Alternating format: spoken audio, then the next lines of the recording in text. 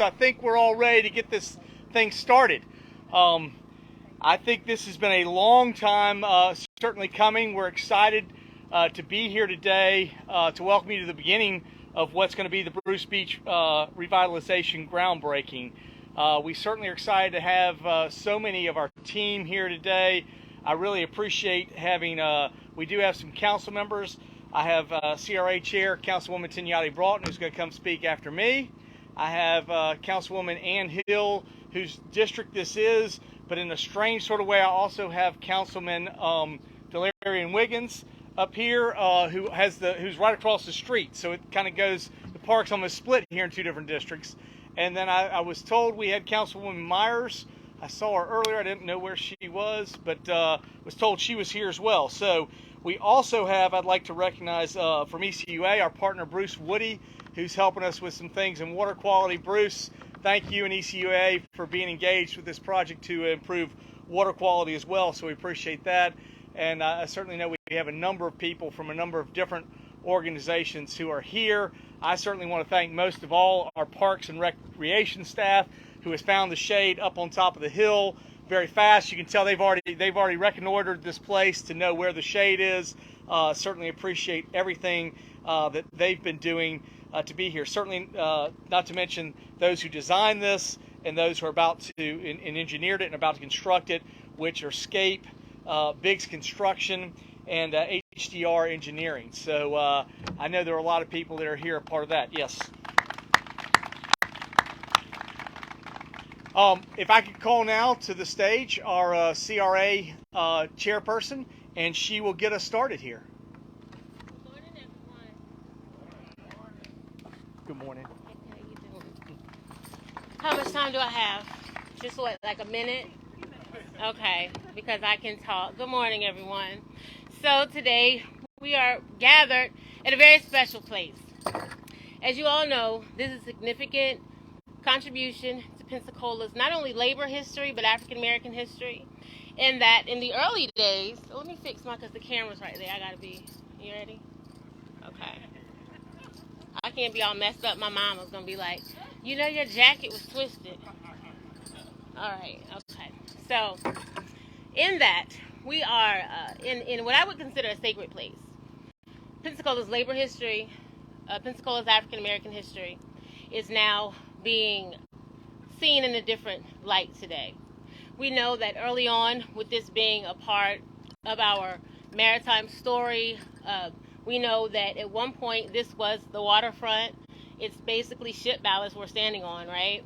And in that, it shows this type of progress, shows our progress. It shows our expansion. It shows our growth.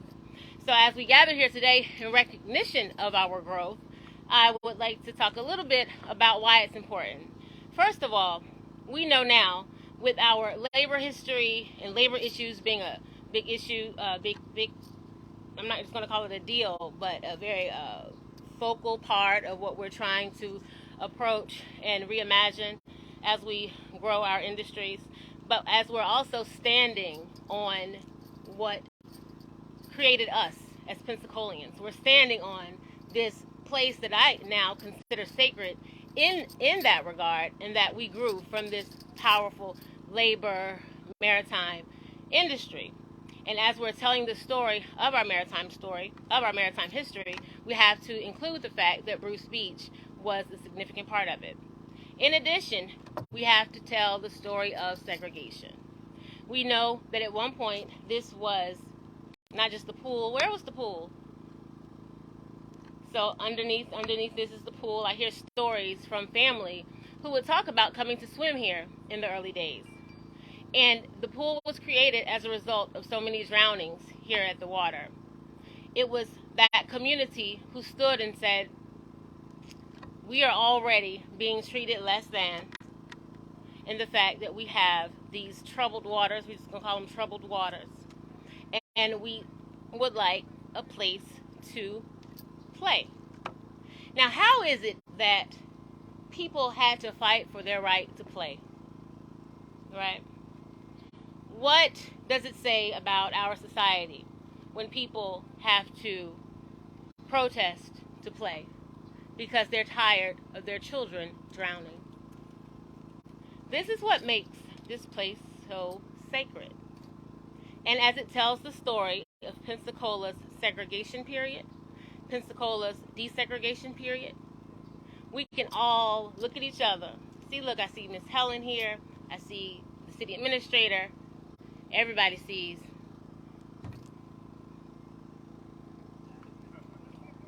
Because he can't hide. You see, he knew who I was talking about. And in that, this is the story of our becoming, a story of our growth, a story that guides our future, but it stands on our memories, right? And as we gather today in recognition of that memory, in recognition of that growth, I join you all as the chair of the CRA, and as this is not my district, but I do favor this place because of the stories I grew up hearing related to Miss Gilda Marbury, who, in fact, one time she told me that she was, I interviewed her when I was at Florida A&M University, and she told me how she swam along the waterfront here, and that the person won a record of being the longest swimmer of some sort. And I said, well, you swam with him, right? And she said, yes, I accompanied him. And I said, well, that makes you the longest running swimmer as well. And she said, oh, I guess so then, huh, baby?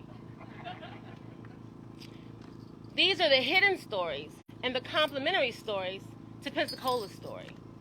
And I want to thank the memory and legacy of a woman like Miss Marbury, who herself was a powerhouse, for even allowing us to have these stories to tell today. When you walk around, you might see some of the historic markers that I was able to help participate with putting together about the story of Bruce Beach, and consider that as we go forward. We know that we want it to be a beautiful space for kayaking and the only city beach that we will have to enjoy, but consider, please, the story that we're standing on and the new story that will come from it. Thank you so much. Oh, Councilwoman Hill.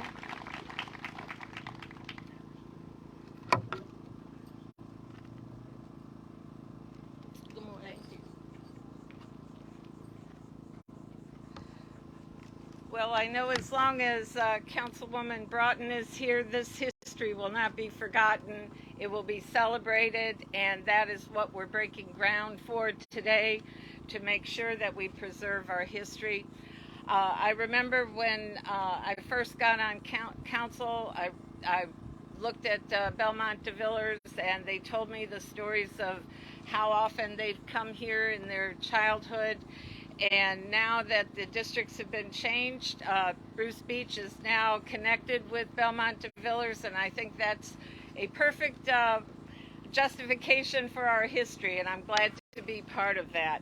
I know back in 2018, when we walked the riverfront because we wanted to get the Bayway and the walk going, we found out that the gates were locked, and the weeds were 20 feet high, and it just seemed like such a disappointment. And there were citizens, myself included, that said we need to open the gate, and then we did, and we had a cleanup thanks to Keep Pensacola Beautiful and others who participated.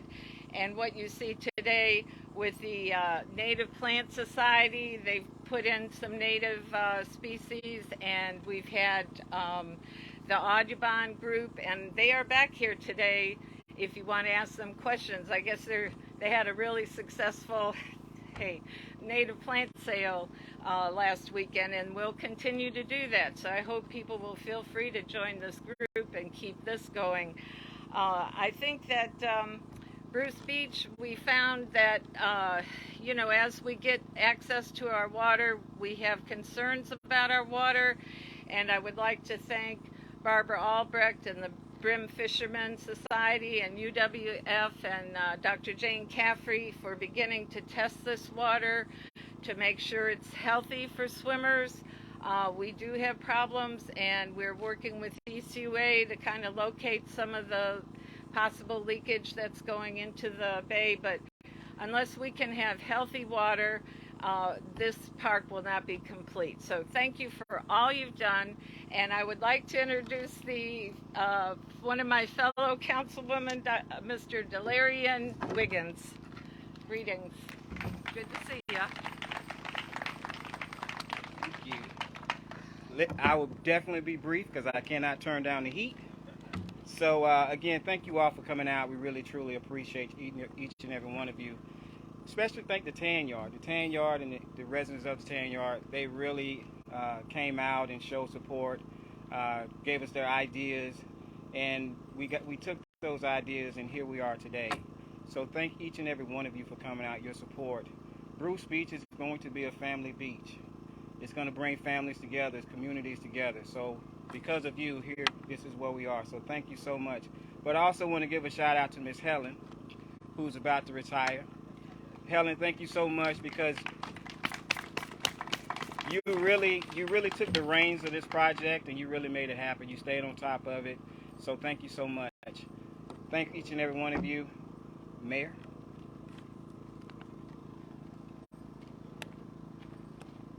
Councilman, thank you. Thank you. I was told by staff we did have a couple of these. If you want to see what things are going to look like when we're completed, we have they're under the straw hat. Liz Biggs, I appreciate helping to make sure we didn't blow those around, so they're still all there. But if you want one, staff did want to make sure that you were there. Thank you very much to Councilman Wiggins, Councilwoman Hill, and Councilwoman Broughton for sharing with us what the history of this place is. There's a lot of that there. There's a lot of things that are going to be encompassed. This certainly has a place in our history, but I want to talk a little bit about our future. I want to talk about a future that we've discussed for so many times is how do we create a way that continues to create vibrancy for our community. And by the way, I did just notice Councilman Jones. I didn't want to not recognize Councilman Jones, so appreciate you being here as well.